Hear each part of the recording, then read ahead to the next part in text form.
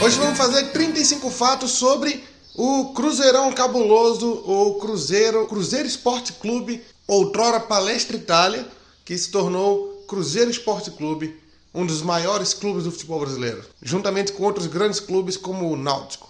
Mas antes de começar, se inscreve no canal, dá o seu joinha, faz aquele negócio todo de sempre. Eu não estou com a camisa do Cruzeiro, embora pareça uma camisa do Cruzeiro. Eu tava com a camisa do América. A camisa do América eu uso, mas do Cruzeiro não, porque Náutico e Cruzeiro são grandes rivais históricos. Então eu não usaria a camisa de um rival, nem do Atlético, nem do Cruzeiro. Do América tudo bem, que a gente é parça. Por exemplo, em 58 o Cruzeiro não ganhou nada. O campeão foi o Atlético e o vice foi o América. Então essa camisa não é do Cruzeiro, tá? Essa camisa é da seleção brasileira na época da Copa que eu comprei. Então vamos a 35 fatos sobre o Cruzeirão cabuloso. O maior público da história do Mineirão é de um jogo do Cruzeiro, a final do Campeonato Mineiro de 1997 entre Cruzeiro e Vila Nova, que teve um público presente de 132 mil pessoas. Não foi o público pagante, é o público presente. O maior público presente do Mineirão é neste jogo, Cruzeiro e Vila Nova. O primeiro clássico Cruzeiro e Atlético da história, na verdade ainda era Palestra e Atlético. O Cruzeiro se chamava Palestra Itália e o Cruzeiro venceu, o Palestra venceu por 3-0. O Cruzeiro é o único time do Brasil que tem uma tríplice coroa nacional. Ele é campeão da Copa do Brasil, campeão do Campeonato Brasileiro e campeão estadual, tudo no mesmo ano. Ele ganhou o Campeonato Nacional, o outro Campeonato Nacional e o Campeonato Estadual em 2003. Em 2013, o Cruzeiro foi o primeiro e único clube a vencer pelo menos uma vez todos os times da competição durante um Campeonato Brasileiro.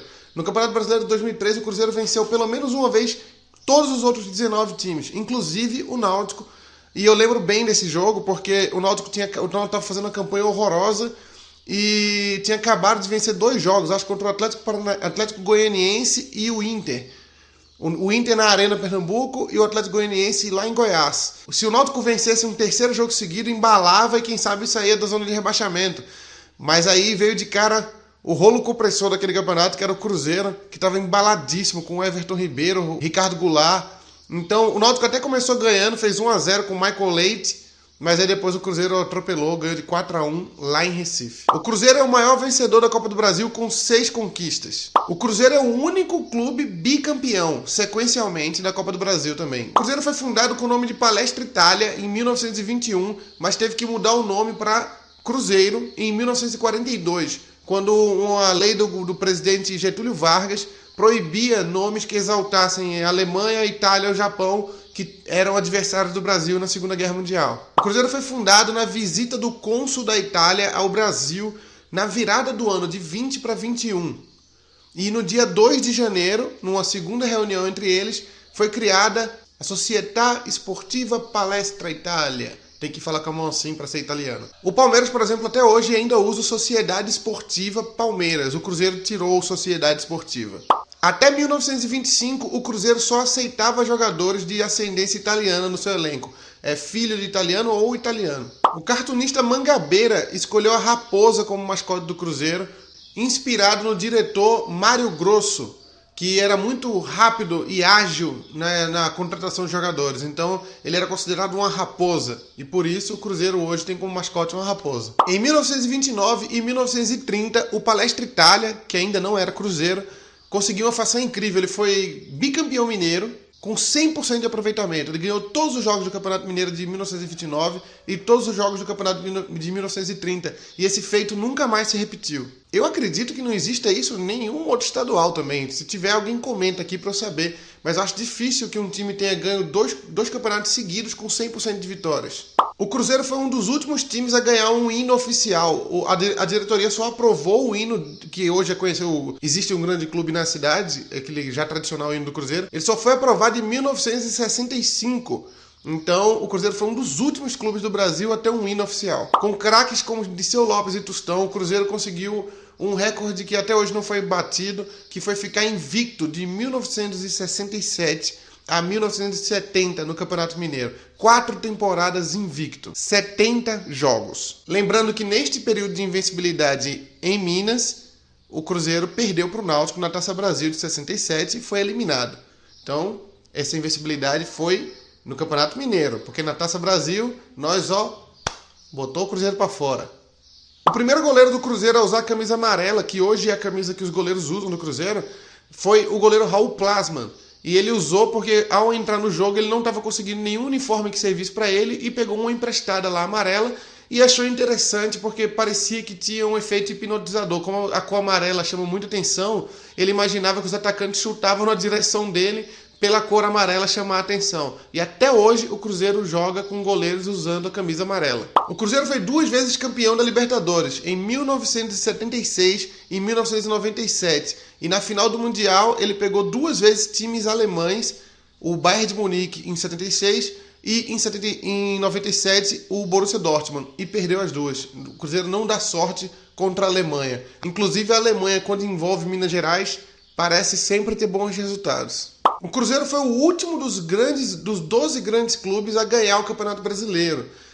Depois a CBF incorporou a Taça Brasil ao Campeonato Brasileiro e unificou tudo, e aí o Campeonato Brasileiro de 66 foi validado como um Campeonato Brasileiro. Mas até ele ganhar o Campeonato de 2003, isso ainda não era reconhecido. Então o Cruzeiro foi o último dos grandes a ganhar esse campeonato. E depois ganhou mais 2 e hoje tem 4 títulos. E com 4 títulos, o Cruzeiro é o maior vencedor do Campeonato Brasileiro, excetuando os clubes do eixo Rio-São Paulo. Se você tirar os clubes do eixo Rio-São Paulo, o Cruzeiro é o que tem mais conquistas do Campeonato Brasileiro.